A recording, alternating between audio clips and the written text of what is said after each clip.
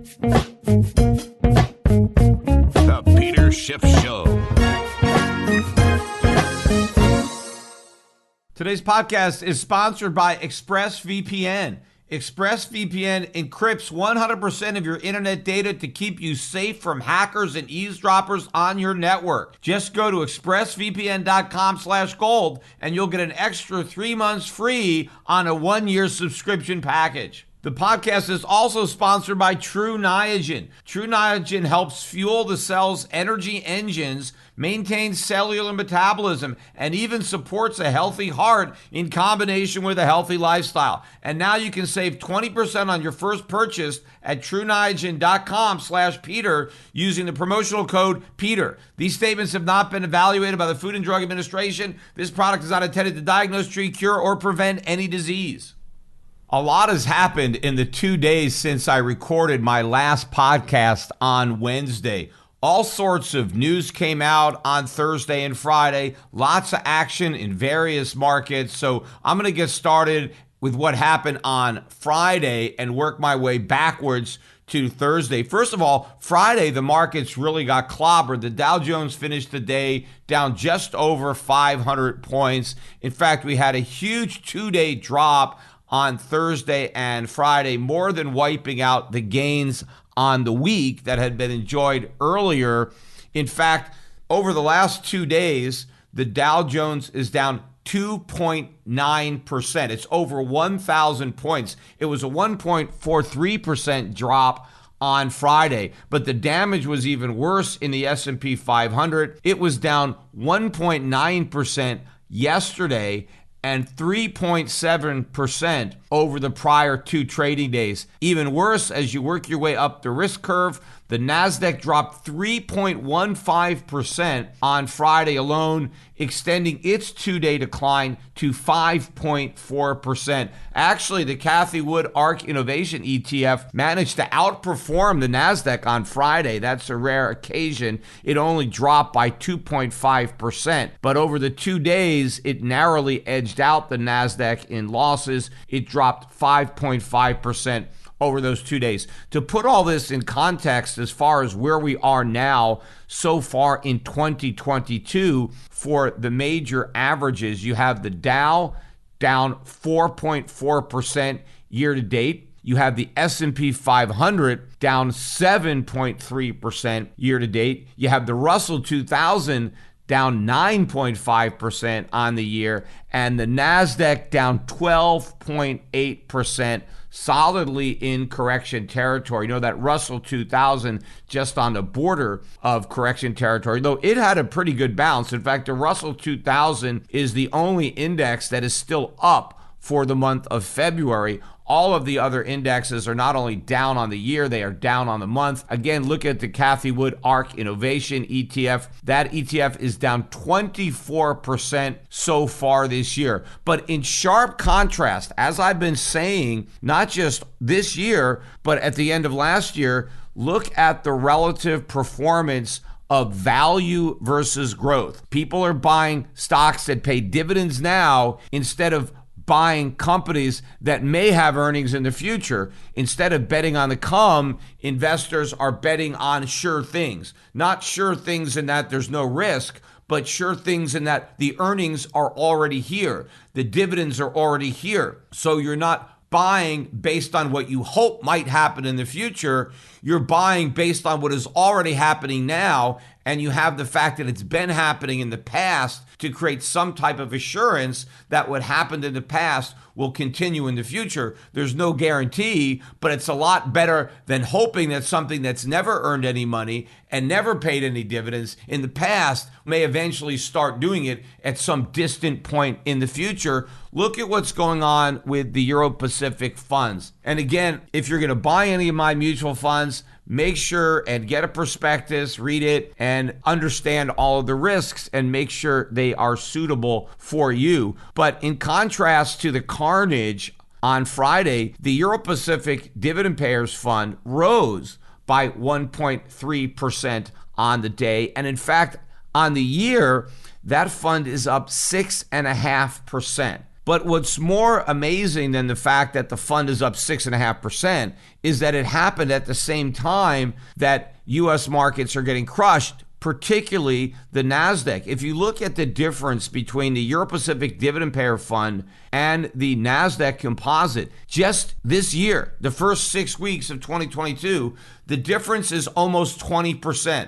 19.3% is how much more investors earned by buying dividend-paying foreign stocks versus buying momentum domestic stocks. And you know, the return on the Dividend Payers Fund would have actually been better had I not had an allocation to mining stocks, because gold mining stocks are basically flat on the year, so they're not really adding to the returns. They're subtracting from my returns. I would have an even better return year to date if I had no exposure to gold mining stocks, and if instead I just increase my allocation to the non-gold stocks that are in the portfolio. Now, the reason I have the gold stocks in there is it's because it is my expectation that they will ultimately be among the best performers in the fund and add to the returns. But so far, that has not been the case. In fact, my value fund has a higher allocation to gold stocks than my dividend payers fund.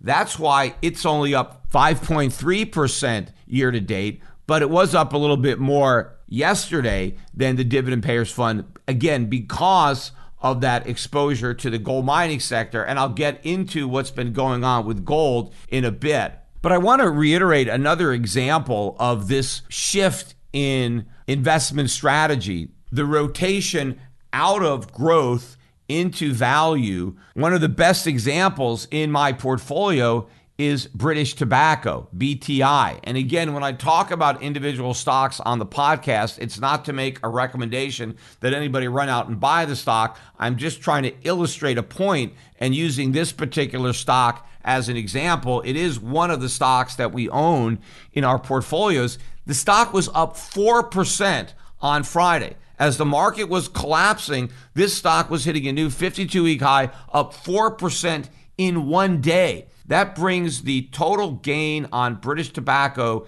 year to date to 23.5%. We're only 6 weeks into the year, and the rally didn't start this year. It started in December. The stock is now up 37% from its December low. That was about 2 months ago. Now, if you look at the PE, it's still slightly below 11. That means you're buying the stock for less than 11 times its earnings, and the dividend yield is 6.5%. And of course, that's after this big rise, meaning that before we had this 37% rise off the December lows, the PE was lower than it is now. The dividend yield was higher. And in fact, if you compare the current price of British Tobacco to where it was 11 years ago, it's still slightly below where the shares were trading back then.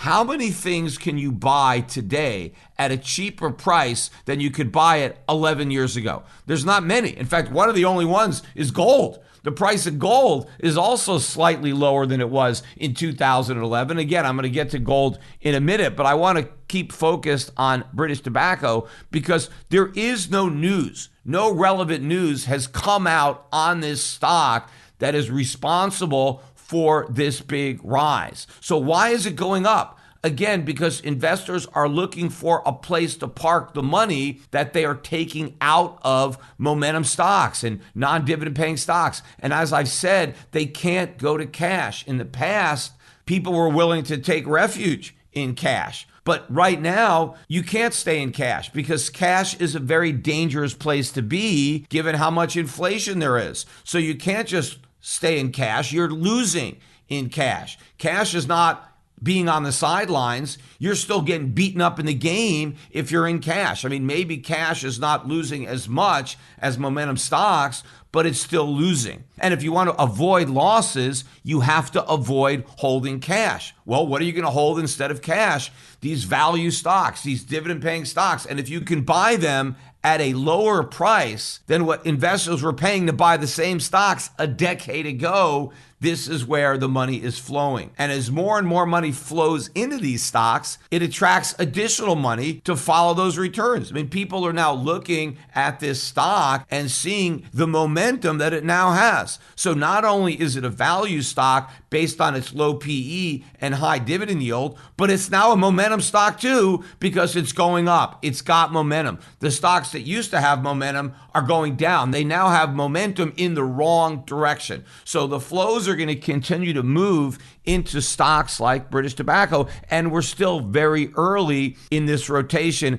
It's got a long way to go. And another reason that investors are buying stocks like British Tobacco is because smokers are going to keep smoking even if the price of cigarettes goes up. Because if you're addicted to cigarettes, you got to smoke. And if smoking becomes more expensive, you're not going to quit. You're just going to cut back on other spending so that you can keep spending on cigarettes. And so in an inflationary time period, if you own a stock where the company has pricing power and they can raise their prices along with their costs, their margins are protected and the dividend can be increased, and that protects the shareholder from inflation because as his cost of living is going up, because prices are going up, his dividend on British Tobacco is also going up, so he's earning more money in dividends to help him pay higher prices for goods and services. Does it make sense that the same company that controls half of the online retail also passively eavesdrops on every private conversation? What about the idea that a single company controls 90% of the internet searches, runs your email service, and gets to track everything you do on your smartphone? Big tech is more powerful than most countries, and they profit by exploiting your personal data. Now's the time to put a layer of protection between your online activity and those tech juggernauts. And that's just one of the reasons I use ExpressVPN. So go to expressvpn.com/gold to learn more. Just think about how much of your life is on the internet. Sadly, every site you visit, video you watch, or message you send gets tracked and data mined. But when you run ExpressVPN on your device, the software hides your IP address so big tech can't personally identify you. ExpressVPN makes your activity harder to trace and harder to sell to advertisers. ExpressVPN also encrypts 100% of your internet data to keep you safe from hackers and eavesdroppers on your network. And ExpressVPN does all this without slowing your connection. That's why it's rated the #1 VPN service by Mashable and Tech Radar. But what I like most about ExpressVPN is how easy it is to use. Just download the app on your phone or computer, tap one button, and you're protected. Another benefit, in addition to privacy, and which from my perspective, I'm more concerned about the government getting my data than big tech, is the fact that I get access to content that might otherwise be blocked based on the fact that I live in Puerto Rico. For example, I have Dish, and Dish doesn't have CBS. When I want to watch CBS Sports, I need to use Paramount Plus, but Paramount Plus doesn't work in Puerto Rico, except I've got the ExpressVPN downloaded onto my Amazon Fire Stick, and that enables me to access the content which would otherwise be unavailable. So stop handing over your personal data to the big tech monopolies that mine your activity and sell your information.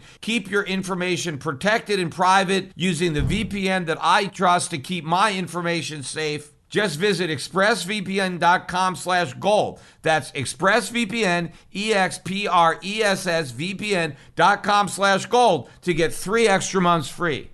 Now, I want to get into the catalyst, though. What caused the big stock market decline on Friday?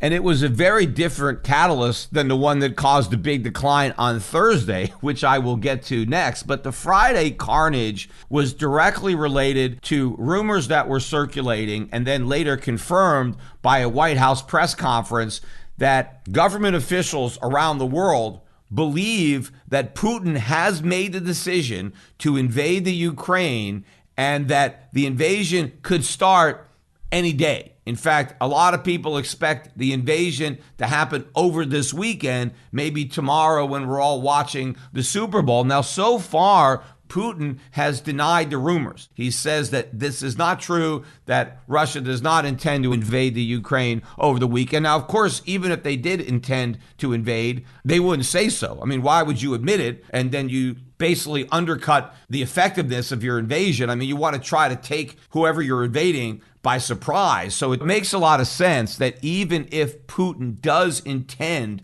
to invade, that he's denying those rumors. Now, President Biden and Putin are supposed to have some type of emergency phone call at some point today. Maybe they've already had the phone call, I don't know, but they are scheduled to talk. And so maybe there'll be some new news on the prospect of this invasion by the time anybody listens to this podcast.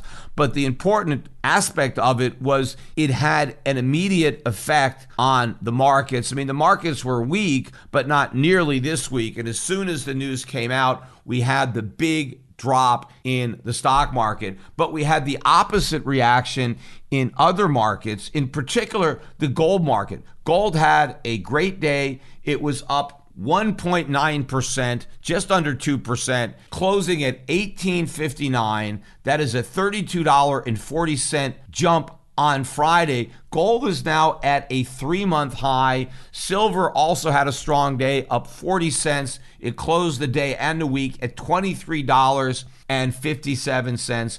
Gold stocks also had a big day. They were up about 6% as a group, although some individual names were up more than that. Although this huge rally basically offset most of the year-to-date losses in gold stocks. In fact, gold stocks got clobbered on Thursday. They did more than recover those losses on Friday, but not a lot of movement on the year, despite the fact that gold is now up 1.7% on the year. Year over year, the price of gold up 1.8%. Now, this is in sharp contrast to what's going on with Bitcoin. In fact, nothing really highlights the difference between gold and Bitcoin than the reaction to yesterday's news, because gold and Bitcoin reacted opposite of each other based on the exact same news. So you get some news, geopolitical risk, and as a result of that, the price of gold jumps up, but also the price of Bitcoin gets killed. In fact, if you look at the difference between GLD, which is the gold ETF, and GBTC, which is the Bitcoin ETF, while GLD was up 1.9% on the day, the Grayscale Bitcoin Trust was down 4.5% on the day. The opposite reaction to the identical news. In fact, year to date, that trust is down 13.5%. And on a year-over-year basis, it's down 40%. Now, if Bitcoin promoters claim that Bitcoin is digital gold, right, some digital equivalent of gold, so instead of buying actual gold, you can buy this digital gold and you virtually get the same thing. If that were the case, then Bitcoin should be correlated to gold. It should act the same way. I mean, maybe it moves up more when gold moves up. Maybe it moves down more when gold moves down. But if it's a digital version of gold, then it needs to act like gold, not the opposite of gold. I mean, Bitcoin is more of an anti-gold. It's more likely to do the opposite of what gold does. So it's not digital gold. It's digital gold in reverse. What it really is digital risk, which means anybody who is buying Bitcoin because they think it's an alternative to gold, they think it's a safe haven or a store of value, is mistaken, because it is neither of those things. And what happened on Friday proves it. And also earlier in the day, gold was already up prior to the news breaking of the Ukraine invasion. Gold was already up. And the reason gold was up is because it was reacting to a much weaker than expected February University of Michigan Confidence Index. The January number was 67.2.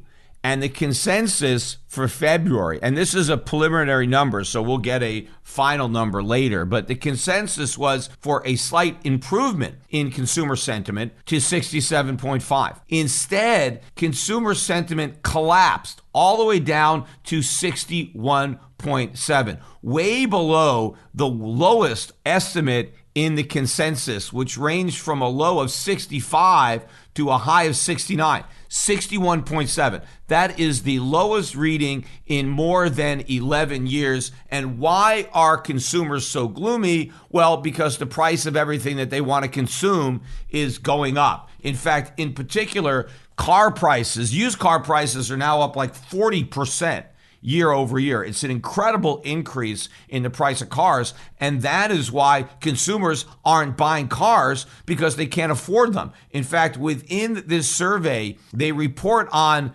consumers' intentions to buy a car. And that measurement is at an all-time record low. So fewer Americans are planning to buy a new car or a new used car than at any point in history. Now, what does that tell you about the economy? Clearly, it's in a lot of trouble because autos are a big part of the economy. And that's one of the reasons that these auto companies are getting killed. GM was down 3% on Friday. It's now down about 27% from its 52-week high, clearly in a bear market. Ford also dropped just under 3% yesterday. It's now down almost 33% from its 52-week high. It's deeper into bear market territory than General Motors. But what does this tell you? This is a big part of the economy. A lot of jobs are in the auto sector, higher paying jobs. And what does this mean? The economy is moving into recession. What is driving the recession? Inflation. Consumers are having to cut back on their spending because everything that they're buying costs a lot more money. And I will get to that in a little bit when I get to the inflation data that came out on Thursday, because I want to stick for now to what happened on Friday. But the point was, gold was already up on this news, which is bullish for gold because it shows that the economy is weakening. And a weakening economy is a dilemma for the Fed, which is now trying to fight inflation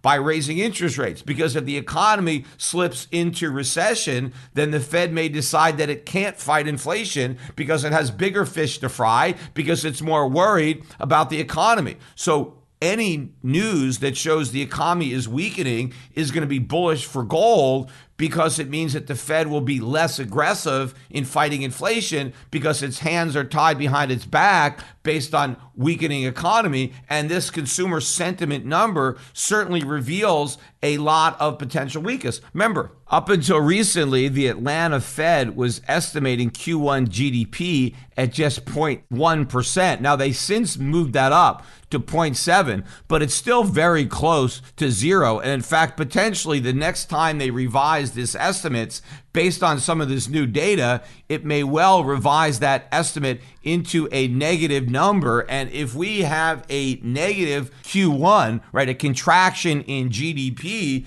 then we're halfway to recession.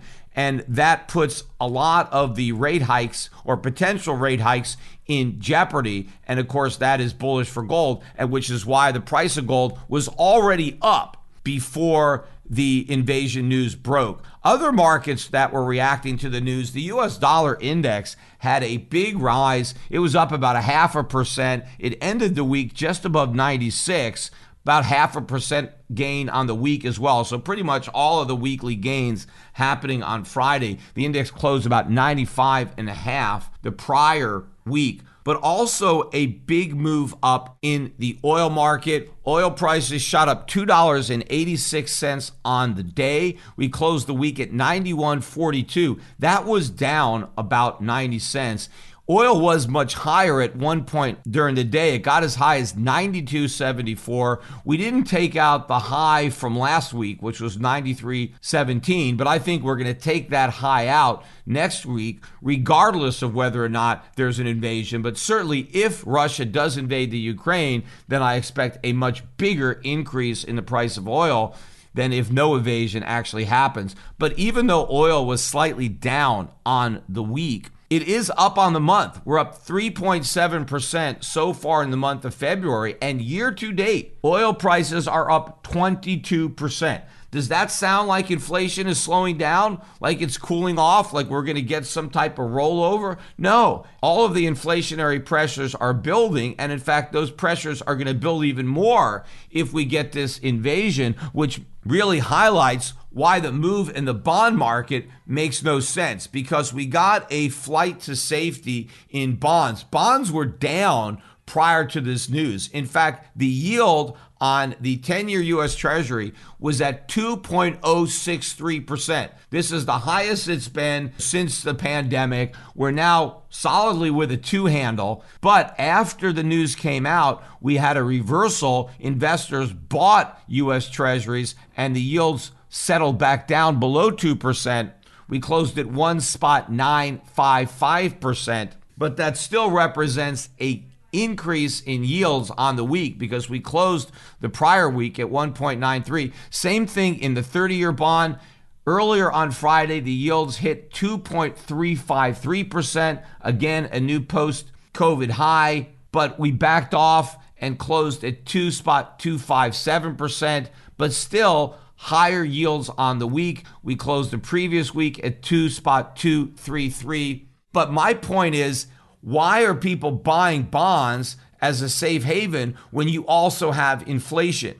Because there is no safety in bonds when it comes to inflation. And if an invasion results in higher oil prices, that puts even more upward pressure on inflation. If a potential war in the Ukraine causes the Fed to back away from some of its so-called inflation fighting because it's worried about the collateral damage to the economy and to the markets of this geopolitical turmoil going on, then that too is more inflationary. And inflation hurts bonds. So if you're in an inflationary environment, bonds can't be a safe haven. And I think this bond rally is going to be very short-lived. The real safe haven is gold, because not only is gold a safe haven from geopolitical risk, but it's also a safe haven from inflation. So gold provides protection from both threats. Now, Bitcoin provides protection from neither threat. Bitcoin doesn't help you with geopolitical risk, and it doesn't help you with inflation,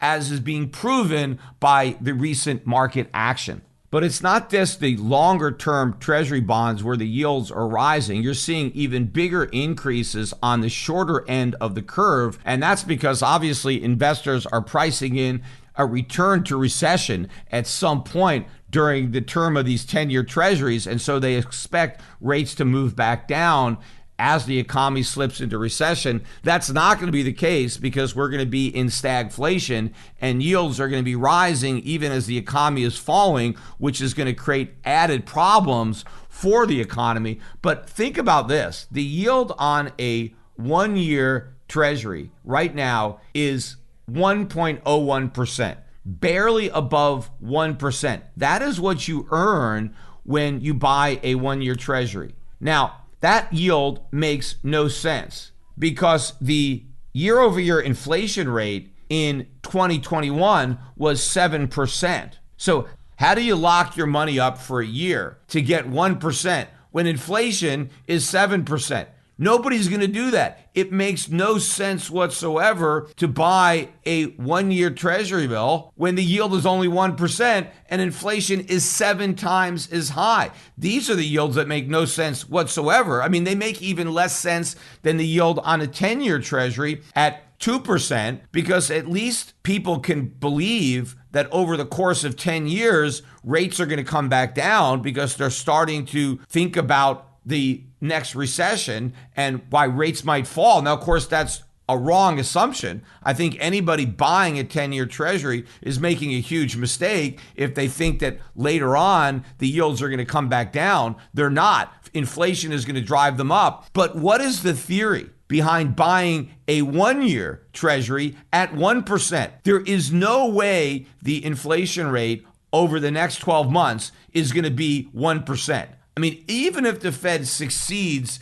incredibly in reducing the rate of inflation, let's say they manage to get the inflation rate back down to 2%. I think there's zero chance of them doing that, but let's say they do. If inflation is going to be 2%, why buy a note that only yields 1%? And in fact, if inflation gets down to 2% by the end of the year, it's not going to average 2% for the entire year. If the Fed manages to get inflation back down to only going up by 2% a year, by December, maybe inflation over the entire year will be 4%. Again, why buy a 1-year treasury obligation that's only going to pay you 1% if you're going to lose 4% to inflation? The yields make no sense whatsoever, and nobody in their right mind is going to buy this paper, which is why the yields are going to keep going up. The only buyer potentially is the Fed, and the Fed is threatening to stop buying. In fact, not only is the Fed threatening to stop buying, it's threatening to start selling.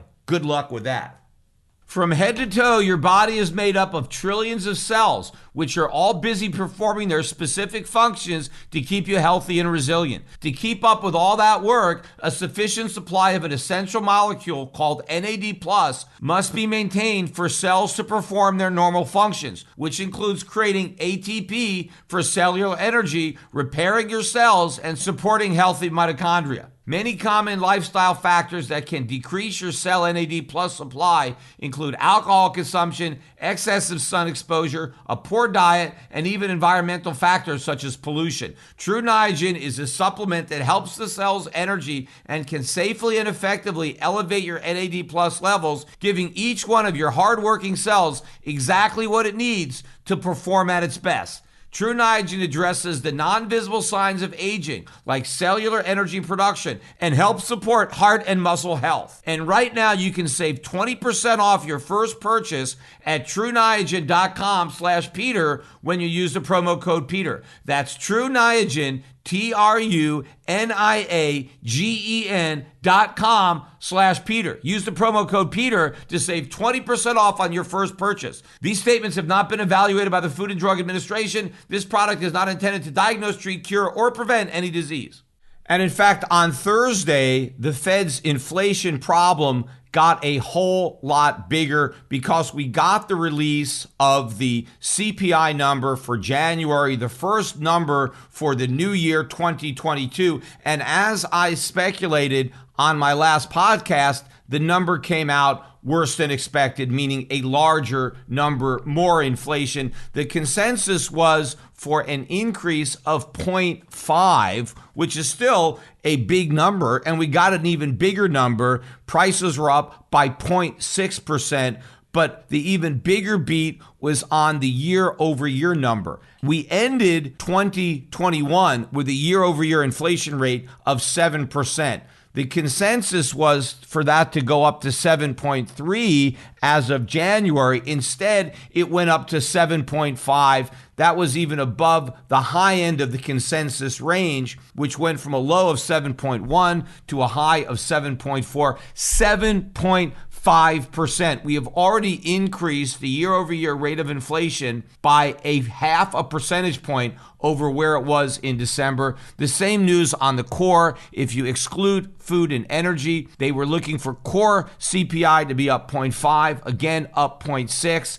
And the year-over-year increase went from 5.5% at the end of December to 6% at the end of January, a full 0.5 percentage point increase. These are the worst inflation numbers since 1982. I think it was February of 1982, which was the last time we had a year-over-year increase of 7.5%. And by the way, in February of 1982, the Fed funds rate was 11.5%.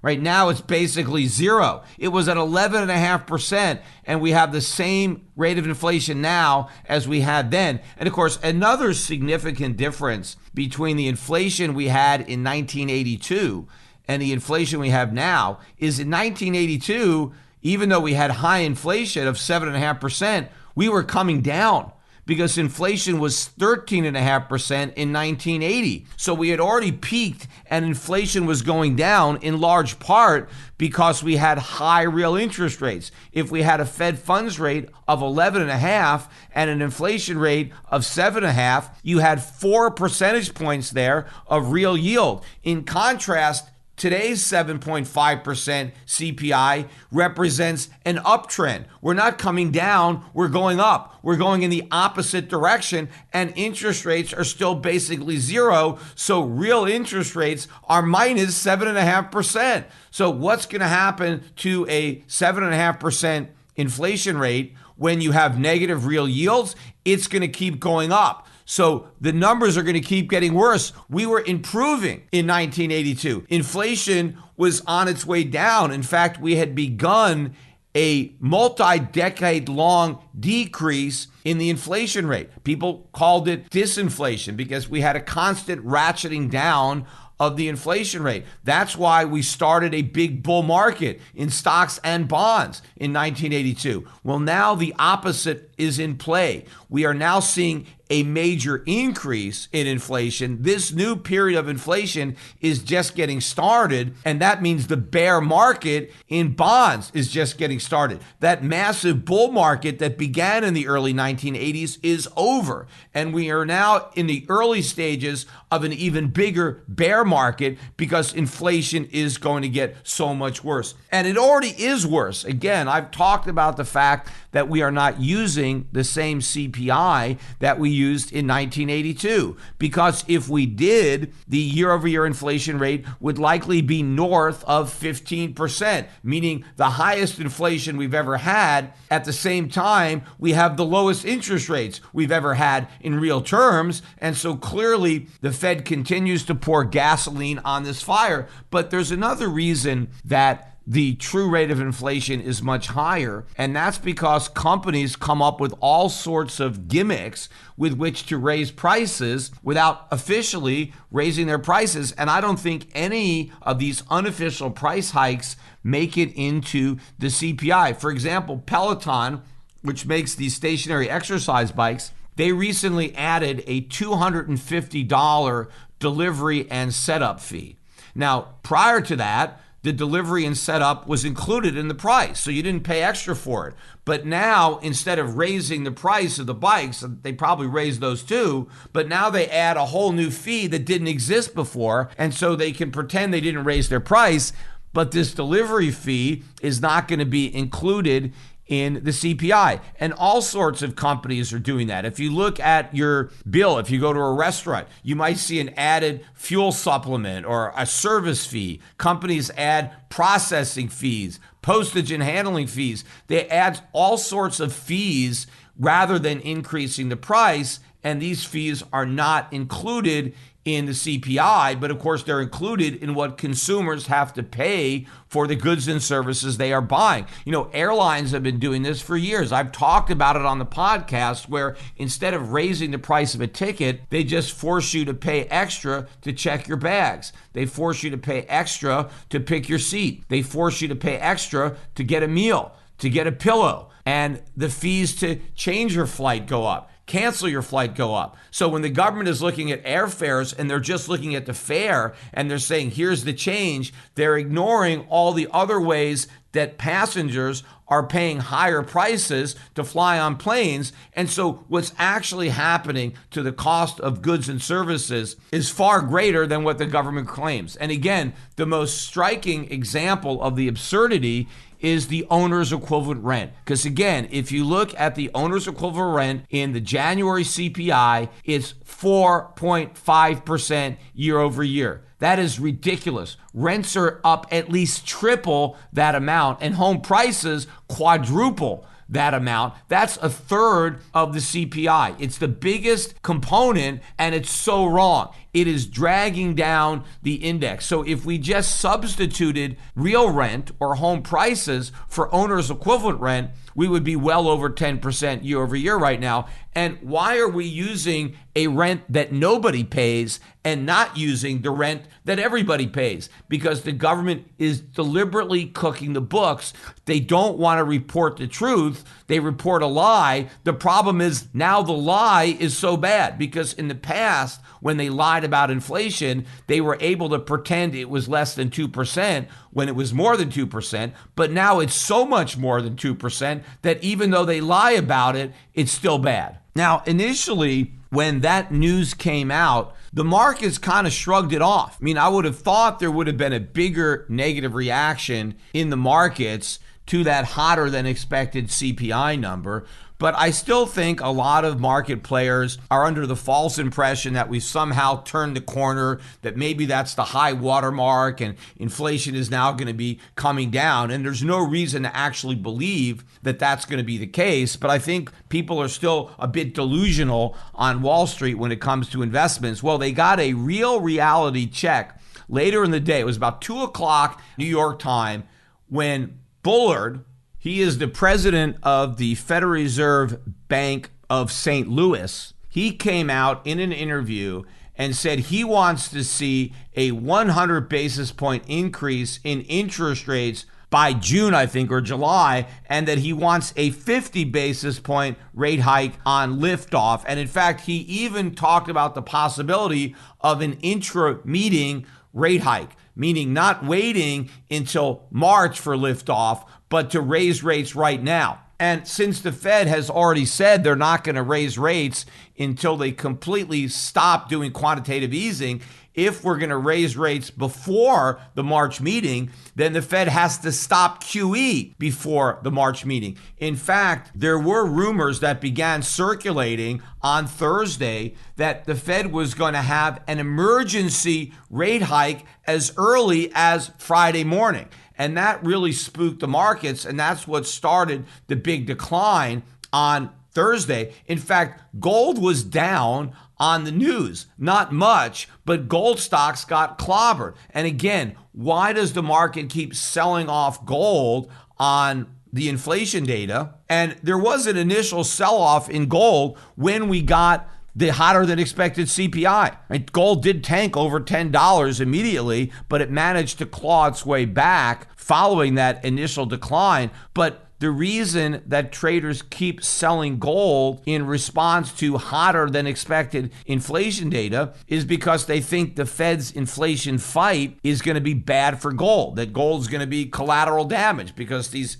higher interest rates are going to be bad for gold. And I have to keep pointing out that higher interest rates are not bad for gold. The reason interest rates are going up is because of inflation, and that's good for gold. And even though interest rates are going up, inflation is going up faster. For example, the increase in the year-over-year CPI just in January was 7% to 7.5%. That's a 50 basis point increase in inflation. That wipes out an entire 50 basis point rate hike, meaning that if real interest rates were negative 7% when they were at zero, but now if the Fed goes to 0.5%, but inflation goes from 7 to 7.5, real interest rates are still negative 7%. So even though the Fed has raised nominal interest rates, they haven't raised real interest rates. And in fact, the inflation rate is going to accelerate faster on a higher trajectory than the rate hikes. So even as the Fed is raising nominal rates,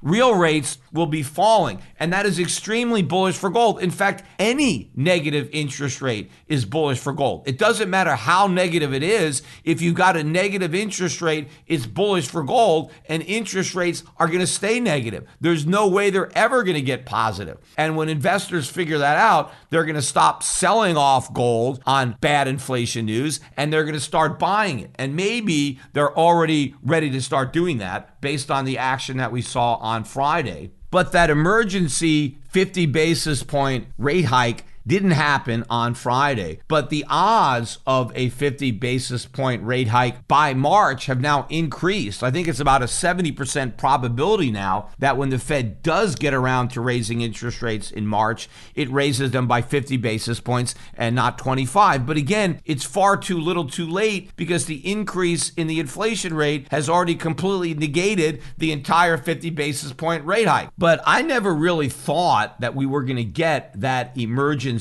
hike because I think that would be very problematic for the Fed and the markets because it would be an admission that the Fed got something wrong. Because if it has to veer from its planned trajectory, if the Fed has to have an emergency hike and cancel the hike that it had anticipated for March, that basically amounts to the Fed admitting that inflation is worse than it thought. And it is now reacting to being wrong and having to change its policy and raise rates sooner than it had planned and by more than it had planned. And I think that is a can of worms that the Fed prefers to leave closed. And so I think they're going to kind of wait and increase rates when they had planned, but I think there is a pretty good chance now that that initial hike is going to be 50 basis points, because since the market's now expected, if the Fed fails to deliver, that could be considered an ease, which would be extremely problematic for the Fed. And it would also send a signal that the Fed is worried about the economy because it's not giving the markets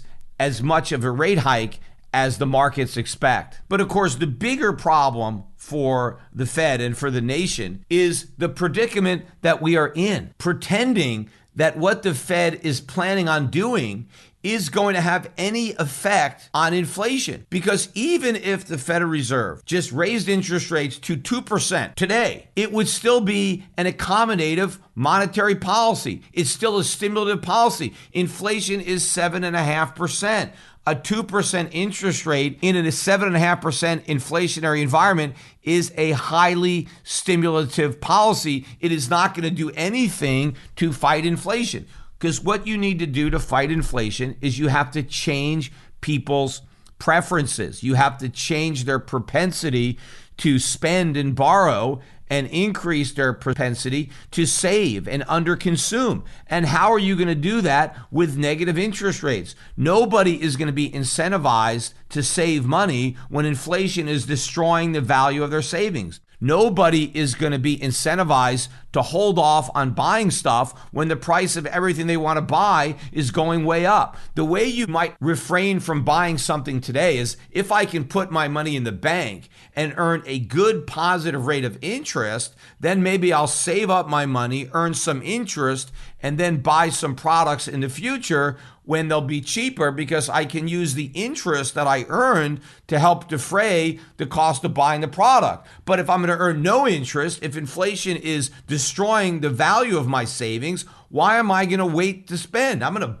buy whatever I can as quick as I can. The velocity of money really picks up in an inflationary environment. Everybody wants to get rid of their money like a hot potato. Nobody wants to be caught holding the cash. They want to get rid of their cash. And it's not just the consumer that wants to get rid of the cash. It's the businesses. That's why you're seeing this big increase in inventory. Businesses don't want to hold on to depreciating cash. They would rather turn their cash into inventory that they can sell in the future at higher prices. But also think about the incentive to borrow. When you have inflation, you create an incentive to take on debt, because inflation wipes out the value of that debt. So inflation encourages debt, and when you borrow money and spend it, right, that's driving prices higher. So what the Federal Reserve is supposed to do to fight inflation is to discourage borrowing and spending and encourage saving. So if the interest rate rises to the point where you have a good positive return,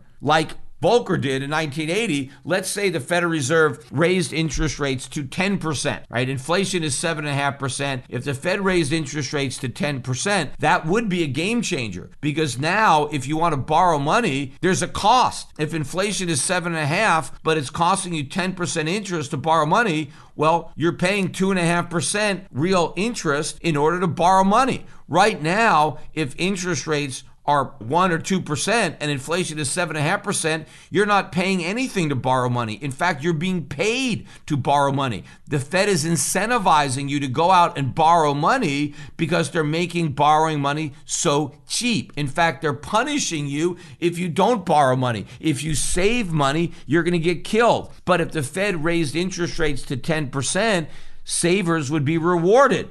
Savers would be thinking, okay, yes, inflation is 7.5%, but I'm getting 10% interest on my savings. That is offsetting the price increases, so I'm going to save money. That's what would be needed in order to bend the inflation curve. We've got to disincentivize borrowing and spending and incentivize savings. But none of that is happening. We are continuing to pursue an expansionary monetary policy. In fact, it's not just that we're pursuing an expansionary monetary policy, we are pursuing an expansionary fiscal policy. And all of these policies are all Keynesian policies. I'm not a Keynesian, I'm an Austrian.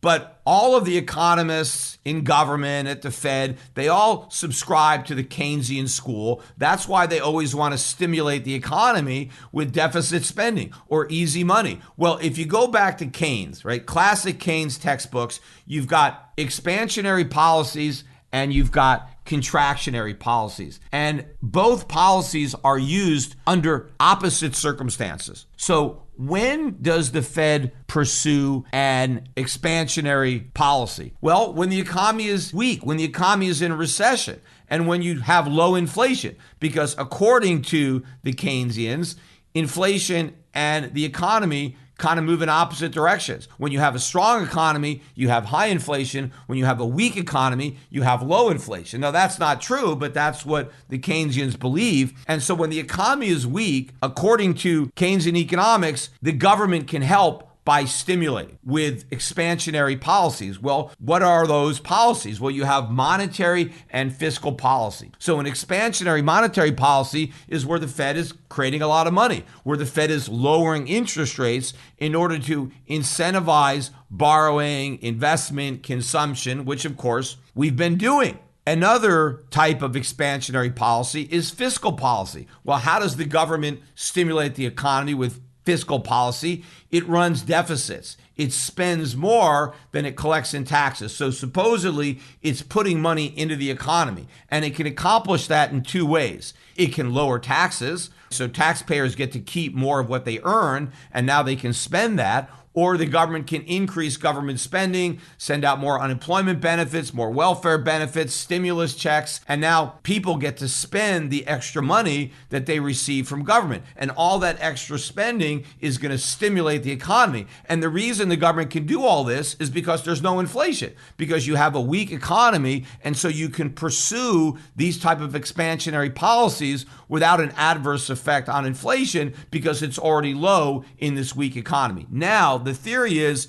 when the economy is no longer in recession and no longer needs this stimulus, the government takes it away, right? Like the stimulus, the government accommodative policy is a temporary measure. It's like a crutch that you give the economy when it's having trouble walking, and then it uses these crutches until it can walk on its own, and then you take the crutches away and everything is fine. Now, the other type of policy is a contractionary policy. When does the Fed use contractionary policies? Well, that's when the economy is strong, but it's too strong, right? It's overheating because now inflation is too high.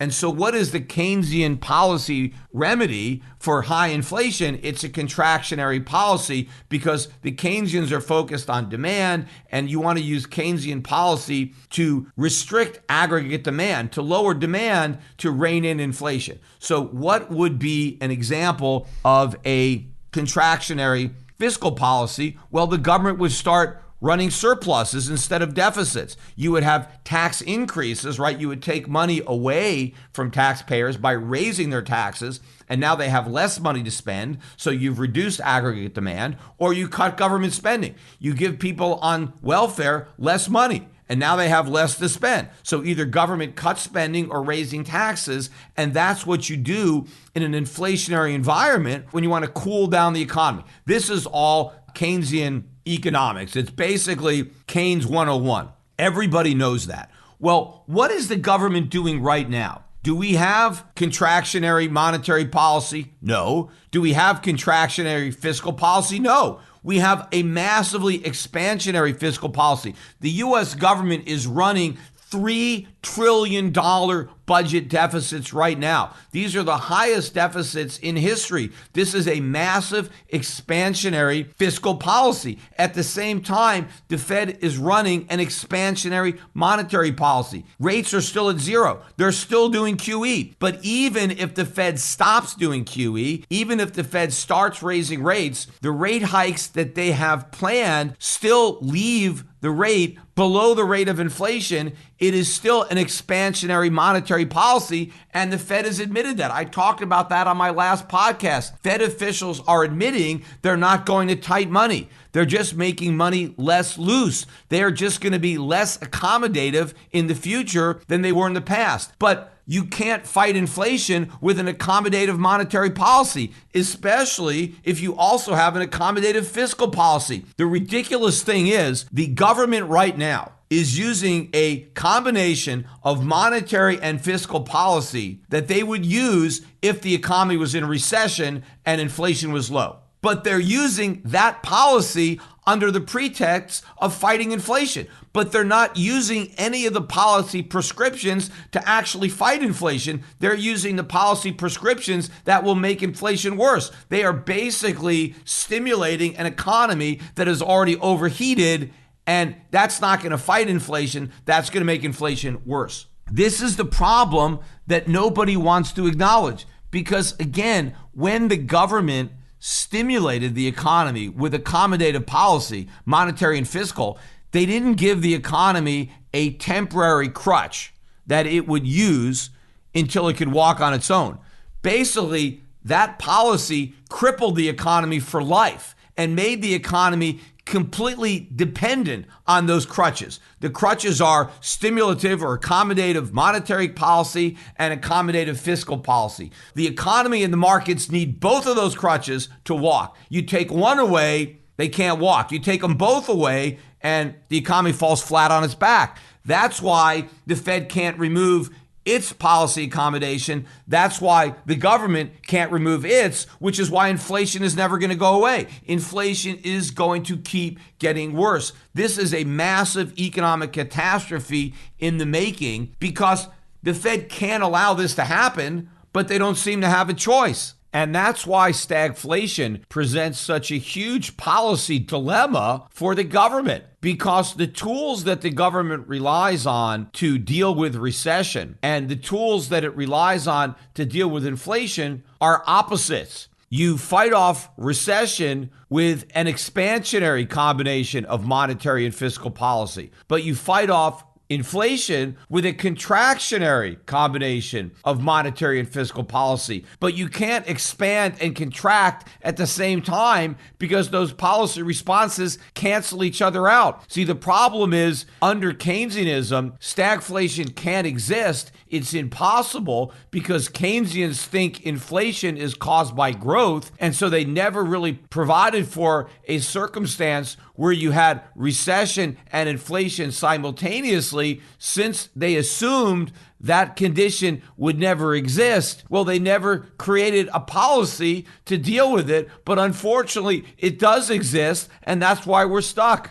So members of Congress, instead of just complaining about inflation, they should actually be doing something. Everybody in Congress is just looking at the Fed and blaming the Fed. And of course, the Fed shares a lot of the blame. The Fed is printing all this money and keeping interest rates artificially low, but it's Congress that's spending all this money. Congress is running these huge deficits, pursuing this expansionary fiscal policy, even as everybody is claiming that the economy is strong, that we have a booming economy. They continue to pursue this expansionary policy. They should be doing their part to fight inflation with a contractionary fiscal policy. What they need to be doing is cutting government spending. If the problem is too much spending, too much demand, how does the government do that? It needs to reduce spending, send less money to Americans so they'll have less money to spend. Or they can raise taxes. We have huge deficits. We need tax increases, not on the rich, but on the middle class. We have to tax the people that have a high propensity to spend, because it's the spending that's driving prices higher, not investment. So we need middle class tax hikes to reduce aggregate demand. But nobody in Congress is talking about raising taxes on the middle class. Meanwhile, they're complaining about inflation and they want to leave it all to the Fed, even though they're continuing to pursue an expansionary fiscal policy, which is only appropriate according to Keynes. And again, I don't agree with any of Keynes's theories, but at least according to Keynes, you only do that when the economy is weak and there is no inflation. Keynes himself would look at the current situation and say, you need a contractionary fiscal policy. We need tax hikes. We need cuts in government spending. But again, we can't do it because this bubble economy depends on all that spending, as it depends on a accommodative monetary policy from the Fed. That's why the Fed can't remove that support without the economy collapsing. Yet everybody in Congress is simply looking at the Fed to fight inflation, yet the Fed is pretending it's going to fight inflation with an accommodative monetary policy. Even if monetary policy becomes less accommodative, it's still accommodative, and it needs to be contractionary. Congress can't abdicate its responsibility and simply hand everything to the Fed and expect these tiny rate hikes spread over a couple of years are going to do anything about inflation when all they're doing is continuing to throw gasoline on the fire. Even if they're throwing less gasoline, it's still going to make the fire bigger. They think the way out is, well, we're just going to raise interest rates very slowly. We'll pretend we're fighting inflation, even though we're not, and we'll just hope the inflation problem goes away on its own. That's not going to happen. You know, they had the same philosophy in the 2000s when they were normalizing interest rates from 1%, where the Fed lowered them in 2002 back up to 6.5%, I think, or 6.25%, where they ultimately got in 2008. The Fed moved interest rates back up gradually. The Fed increased interest rates by 25 basis points every meeting. Now, why didn't they move rates higher quicker? Because they were obviously too low, and you also obviously had a housing bubble. At least it was obvious to me. It should have been obvious to the Fed, but rates were too low. They needed to let air out of that bubble, and they needed to raise rates quicker. But the Federal Reserve did not want to do that because the Fed was afraid of the damage to the markets and the economy with an abrupt increase in interest rates, even though an abrupt increase is exactly what was needed. In fact, the problem was rates never should have been slashed to 1% in the first place. But once they made that mistake, they compounded the mistake by raising them too slowly. So the Fed left interest rates too low for too long, and that added air to the housing bubble. And so we ended up with a much bigger bubble. And so when that larger bubble ultimately popped, we had the financial crisis of 2008. Had the Fed acted sooner and not been concerned about the short-term negative effects on the markets, we wouldn't have had the financial crisis. Well, the same thing's going to happen now, only worse. The Fed should be raising interest rates much more aggressively, but it's afraid to do that because of the damage to the markets. So instead, it's raising them slowly. And just like the housing bubble got bigger, the inflation problem is going to get worse. Inflation is going to keep going up because the Fed's approach is too little too late to rein it in. But by the time the Fed actually gets around to trying to stop inflation from becoming hyperinflation, that's when everything is going to collapse. That's when we have a financial crisis on an order of magnitude greater than the one we had in 2008. That's when we have to come to terms with the fact that we can't pay our bills. That's when the government has to start defaulting on all of its promises, including its commitments to bondholders to pay interest and principal on U.S. treasuries. That is where this is headed. We are headed for a sovereign debt crisis. We are headed for a currency crisis. And investors are still completely asleep to this nightmare of a reality.